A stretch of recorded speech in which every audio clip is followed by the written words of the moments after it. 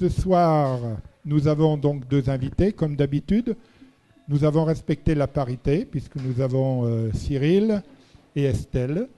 L'un est scientifique, il connaît le ciel mieux que vous, vos relevés de banque. Estelle est psychanalyste. Je ne me suis pas trompé cette fois, c'est ça. Voilà, et donc elle travaille beaucoup dans la médiation, dans la culture scientifique, ou vous nous direz. Le sujet de ce soir, c'est la culture scientifique, pour qui, pourquoi et pour qui. Nous, à l'Astronef, ça fait 25 ans qu'on se pose la question, puisque c'est notre raison de vivre, hein, puisque c'est l'intitulé de notre association. C'est la diffusion de la culture scientifique et technique, notamment dans le domaine de l'astronomie, mais depuis qu'on ne gère plus le planétarium, on s'est ouvert à toutes les diffusions et à toutes les sciences. Et cette question qui est simple, elle est pas évidente, parce qu'il y a des moments où on a le moral, on se dit oui, les sciences, c'est quand même un moyen intellectuel d'approcher la réalité. La société est telle que dans beaucoup de domaines, on nous offre des solutions qui sont ce qu'elles sont, mais les sciences sont vraiment des solutions sur lesquelles on peut s'appuyer. Et puis on se rend compte petit à petit que la désaffection pour les sciences, on se rend compte la place de plus en plus grande que prennent des réflexions pour le moins farfelues, je dirais. Et d'arriver à se placer là-dedans, certains jours, on ne sait pas trop où se placer. Alors c'est le débat de ce soir, je ne vais pas le faire maintenant, hein, c'est avec nos invités. Ils vont, comme d'habitude, ils auront un quart d'heure chacun. Ils auront bien un quart d'heure ce soir, puisqu'on est moins nombreux. On va leur laisser un peu plus de temps de parole que d'habitude. Donc vous avez largement un quart d'heure chacun. Et avant de leur donner la parole, je vais vous lire ce que nous a écrit Estelle Berger, quand on lui a demandé de nous donner un petit aperçu de ce qu'elle faisait. Elle nous a donné une phrase, alors je vais vous la lire. Vous l'avez sous les yeux, mais ça ne fait rien, vous ne l'avez peut-être pas lu. Je vais vous la lire parce que moi, elle m'a beaucoup impressionné, je la trouve très bien. Psychanalyste, je m'intéresse depuis longtemps à la science comme une langue étrangère, porteuse de mélodies sonores impromptues. Une langue fascinante, parfois inaccessible. Au détour d'une phrase, un mot perdu, un sens, quelque chose se saisit. Un savoir peut se déployer qui nous concerne, qui peut concerner chacun. Qui me concerne, qui peut concerner chacun.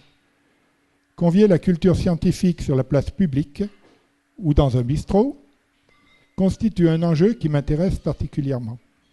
Alors voilà une approche, hein, je pense qu'un scientifique pur et dur n'aurait pas écrit ça, et c'est tout l'intérêt de ce soir, et je vous laisse la parole.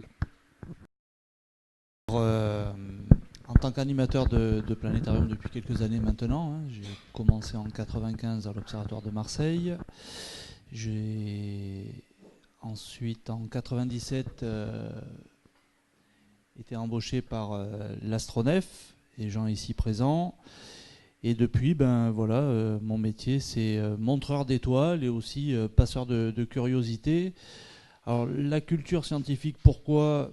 Parce que dans le terme culture scientifique, il y a culture, et je pense que la culture, faut en faire à tous les niveaux que ce soit, pour avoir des sujets de conversation avec son voisin sur une table comme on est ici, la culture à tous les niveaux.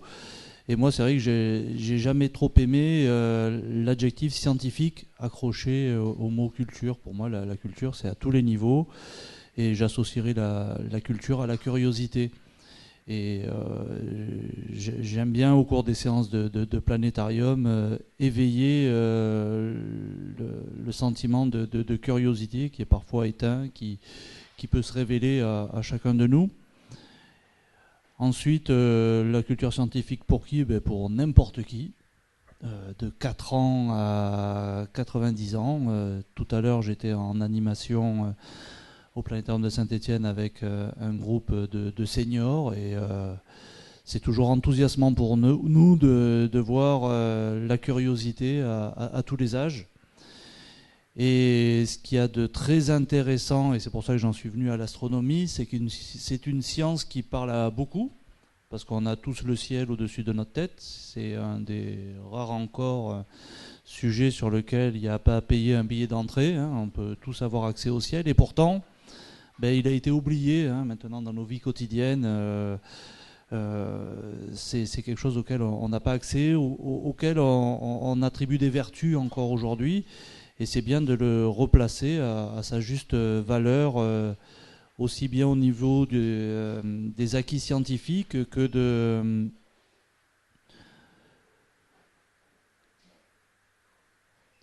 les acquis scientifiques, et puis aussi au quotidien, il y a beaucoup de choses que les gens attribuent au ciel, et puis on essaye par des questionnements simples à remettre tout cela à sa place. Et donc il y a une culture à appréhender par rapport au vocabulaire, par rapport à l'histoire, hein, notamment en astronomie. C'est une science qui est très très riche de ce point de vue-là, et elle a entraîné avec elle énormément d'autres sciences, et notamment les mathématiques, qui sont un outil sans lequel on n'aurait pas répondu à de nombreuses questions. Et c'est pour ça que pour nous, c'est intéressant d'avoir cet appui qu'est l'astronomie pour vulgariser les sciences au sens général.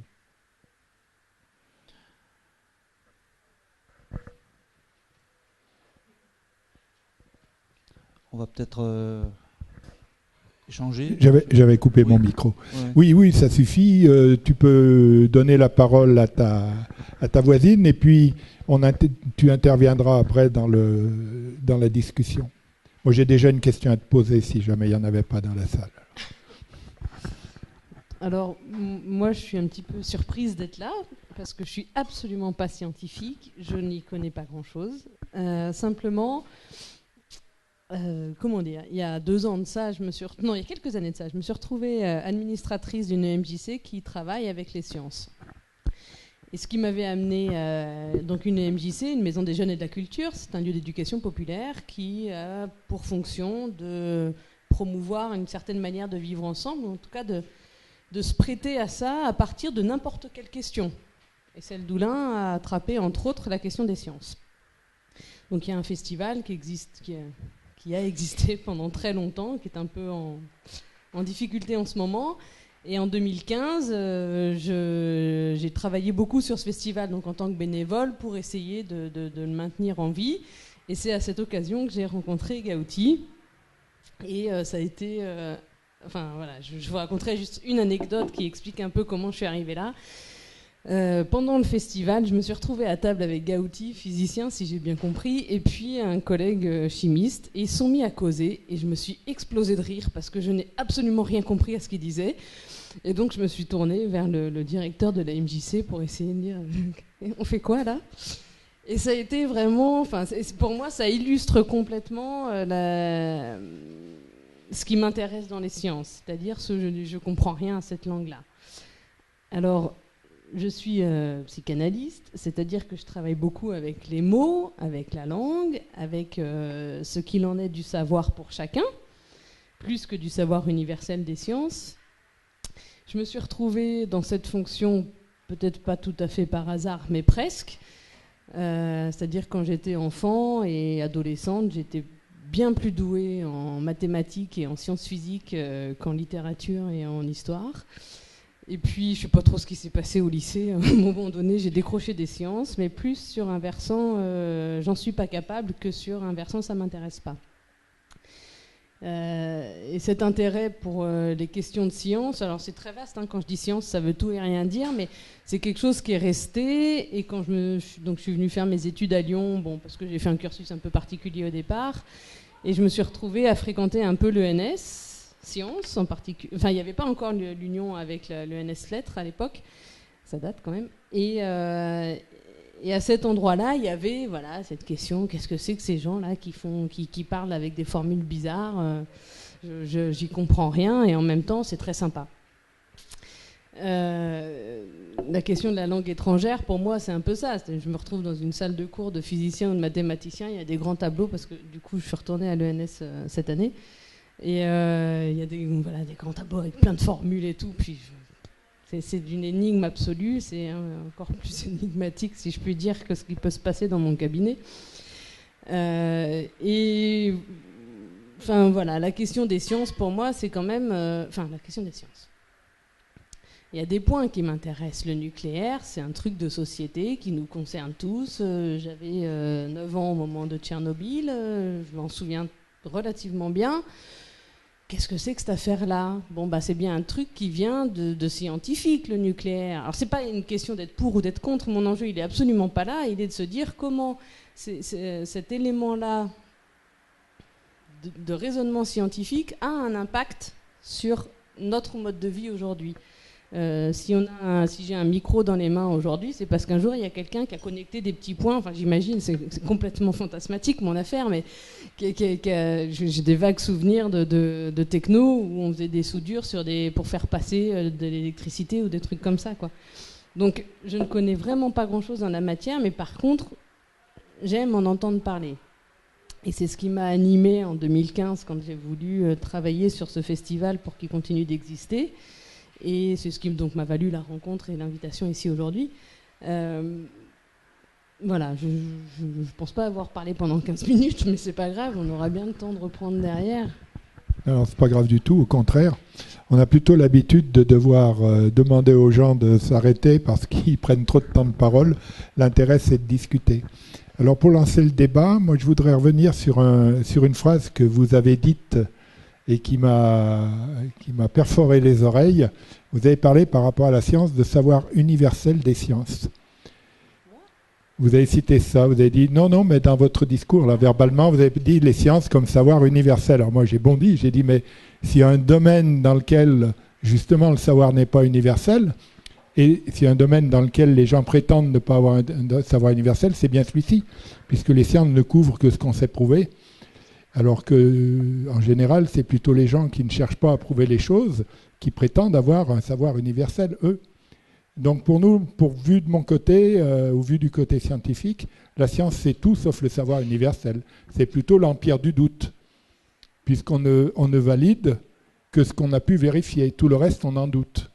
Et les sciences, c'est d'essayer de réduire petit à petit le doute. Voilà la réflexion que je voulais faire. Allez, je vous laisse poser des questions. Je vais juste si vous voulez répondre, d'ailleurs, bien sûr, par rapport à ça. Ben oui, parce que c'est tout l'enjeu, je pense, de l'articulation entre le savoir subjectif et un savoir qui serait peut-être un peu moins subjectif et que j'ai peut-être un peu maladroitement nommé universel. Moi, mon travail au quotidien, je peux en dire 2 mots quand même vite fait, de mon travail au quotidien. C'est-à-dire que j'ai une pratique de psychanalyste en cabinet libéral ordinaire, si tant est que ça puisse être ordinaire, mais j'ai travaillé longtemps, donc je suis psychologue de formation, j'ai travaillé longtemps dans des institutions qui accueillent des enfants et des adolescents en particulier, que ce soit des institutions médico-sociales ou psychiatriques. Et depuis 2 ans maintenant, j'ai un peu quitté ces fonctions-là pour le cabinet, mais je continue à travailler dans une institution très particulière, parce que je suis psychologue de rue.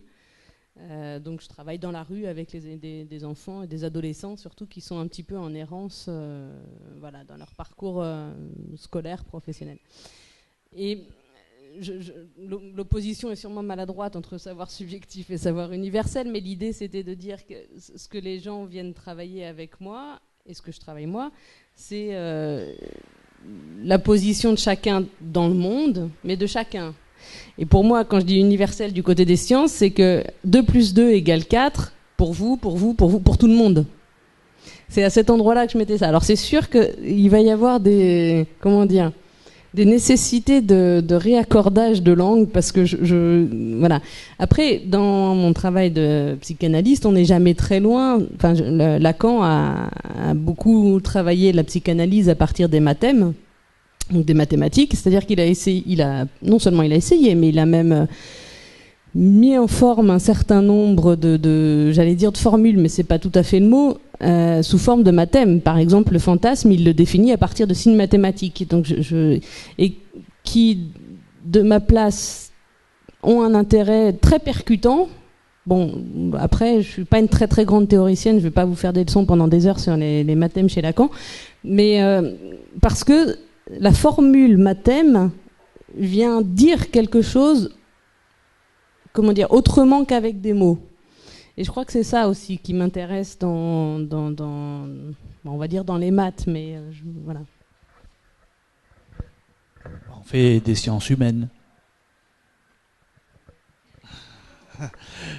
Oui. Et oui, voilà, il y a quelque chose là aussi au niveau des mots qu'on emploie pour qualifier cette fameuse culture. C'est pour ça que pour moi la culture est quelque chose d'universel. Les sciences est un des éléments vecteurs de connaissances, vecteurs de questionnement, de curiosité. Mais à nouveau, pourquoi il faut de la culture scientifique? Parce que je pense malheureusement au sein de la culture au sens général, on l'oublie trop souvent.